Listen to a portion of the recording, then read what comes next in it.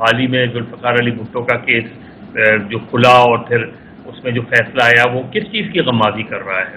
اسی چیز کی غمازی کر رہا ہے کہ کہیں نہ کہیں دباؤ تھا اور الٹیمیٹلی ایک انہی میں سے ایک جج نے آ کے جو ہے یہ باہر بات کر دی کہ جی میں دباؤ میں تھا. آج ان ججز آج جو 6 ججز ہیں انہوں نے وہی بات ایک خط کے ذریعے کر دی, کسی نہ کسی دباؤ کی ہی طرف اشارہ کیا ہے. تو پہلی چیز تو یہ کہ ہمیں یہ طے کرنا پڑے گا کہ کیا ہم ایک ریاست ہیں یا ریاست کے اندر ریاستیں ہیں یا ریاست کے اندر ریاست ہے. آپ چلے جائیں, آپ پاکستان میں جاگیرداری ہے, جاگیردار کا اپنا ایک نظام ہوتا ہے, سردار کا اپنا ایک نظام ہوتا ہے, تو آپ چلے جائیں, آپ کو سرا مل جائے گا. دوسری بات یہ کہ جوڈیشری کے اندر دیکھیے یہ کتنا بڑا المیہ ہے پاکستان کا کہ جو منصف ہیں وہ خود ہی انصاف کے طلبگار ہیں. یعنی منصف اپنے لیے انصاف مانگ رہے ہیں اپنے ہی ادارے سے, اور یہ تو ہلا دینے والی بات ہے نا. یعنی ہم تو روز ان چیزوں کو فیس کرتے رہے ہیں, لیکن ہم آخر میں کہاں جاتے ہیں؟ ہم کہتے ہیں کہ یار عدلیہ سے انصاف مل جائے گا, تو ہم عدلیہ کی طرف رجوع کرتے ہیں. اب اس سچویشن میں آپ تصور کریں کہ جہاں ججز خود جسٹس کے منتظر ہوں, وہ کتنی سنگین صورتحال ہے اس میں. اور یہ جو ہم نے دیکھا ہے, یہ خاص طور پہ 2007 کے بعد ایک جو انڈیپینڈنس آف جوڈیشری کہہ لیں آپ, اسے جوڈیشل میکینزم کہہ لیں, جو بھی کہہ لیں آپ کو وہ نظر آئے گا کہ پرو ایکٹیو جوڈیشری ہمیں 2007 کے بعد بہت زیادہ نظر آئی ہے. اس میں غلطیاں بھی ہیں, اس میں ایک چیف جسٹس یا 2 چیف جسٹس کے اوپر بہت سنگین سوالات بھی اٹھائے گئے ہیں, ہر جو چیف جسٹس آتا ہے اس میں. لیکن ایک مسئلہ جیسے پروموشنز کا تھا یا چیف جسٹس کا تھا, وہ بہت اچھا ہوا کہ جوڈیشری نے چند سال پہلے ڈیسائیڈ کر لیا کہ جی سینئر موسٹ جج جو ہے وہ چیف جسٹس ہوگا. اب آپ یہاں آج بیٹھ کر آپ یہ بتا سکتے ہیں کہ آج سے 10 سال بعد کون چیف جسٹس ہوگا ملک کا. یہی چیز باقی جگہوں پہ بھی اپلائی ہونی چاہیے. وہاں بھی ایکسٹینشن کا تصور ختم ہونے کی ضرورت ہے کہ آپ جب کسی کو ایکسٹینشن دیتے ہیں تو آپ کتنوں کے چانسز کو منیمائز کر دیتے ہیں, ختم کر دیتے ہیں. تو ہمیں اوور آل پرسپیکٹو میں اس کرائسس کو دیکھنا ہوگا. اس کرائسس سے نکلا کیسے جا سکتا ہے؟ 2 ہیں جس طرح آپ نے خود بات کی. ایک یہ کہ جی سرونگ ججز سپریم کورٹ خود اس معاملے کو ٹیک اپ کرے, اور ایک چیز تھی کہ ایک ریٹائرڈ جج کو, اب جسٹس تصدق جیلانی کی اگر شخصیت دیکھیں تو مجھے کوئی یہ کہنے میں آڑ نہیں ہے کہ وہ انتہائی کریڈیبل جج رہے ہیں. ان کا پورا کریئر اٹھا کے دیکھ لیں, ان کا انٹلیکچوئل لیول آپ اٹھا کے دیکھ لیں, کیا وہ اگر انہوں نے اپنی کنسرن دی ہے تو میں تو I am very ہوپفل in a sense کہ وہ کوئی نہ کوئی ایسا فیصلہ ضرور دیں گے کہ جس سے ان 6 ججز کی حق تلفی نہ ہو. اور جو سرونگ ججز کا مسئلہ ہوتا ہے, جہاں کہ میں خود اس چیز کا حامی ہوں کہ سپریم کورٹ کا فل کورٹ اگر اس کو سنتا تو زیادہ بہتر تھا, لیکن جو سرونگ ججز ہوتے ہیں ان کا ایک مسئلہ یہ ہوتا ہے کہ ان کو آگے اپنا کریئر بھی دیکھنا ہوتا ہے. ان کو بہت سے چیزیں ایسی ہوتی ہیں ہمارے یہاں جس میں شاید یہ خدشہ ہو کہ کہیں وہ کمپرومائز نہ کر جائیں. لیکن جب فل کورٹ, دیکھیے آپ نے خود کہا تھا کہ فائز عیسیٰ صاحب نے بندیال صاحب کے مقابلے میں انہوں نے بہت اچھی روایت یہ قائم کی کہ وہ ایشوز کے اوپر فل کورٹ بلا لیتے ہیں. اور فل کورٹ میٹنگ کا فائدہ یہ ہوتا ہے کہ اگر 13-14 ججز جو ہیں وہ ساتھ بیٹھ کے اپنا مائنڈ دیتے ہیں اور پھر ایک کلیکٹیو فیصلہ سامنے آتا ہے تو وہ ایک پازیٹیو سائن ہے. تو یہ تو پازیٹیو ہے. تو اب اگر سپریم کورٹ اس کو اوکے کر رہی ہے, تصدق جیلانی صاحب اس اپنی کنسرن دی ہوئی ہے, اور آگے ہم دیکھیں گے کہ کیا ہم اس کے کسی منطقی انجام تک پہنچتے ہیں یا نہیں ہوتے ہیں. اس کے لیے ہمیں تھوڑا ویٹ کرنا پڑے گا. لیکن جو پولیٹیکل اس میں جو کوشچنز ہیں یا کچھ بار ایسوسیشن وغیرہ کے اپنے کنسرن ہیں وہ بھی ایڈریس کریں گے, اور میرا خیال ہے تصدق جیلانی صاحب کے پیش نظر آ گئی. میں دوبارہ آپ کی طرف آتا ہوں, لیکن طاہر بلخ صاحب میں آپ سے پوچھنا چاہتا ہوں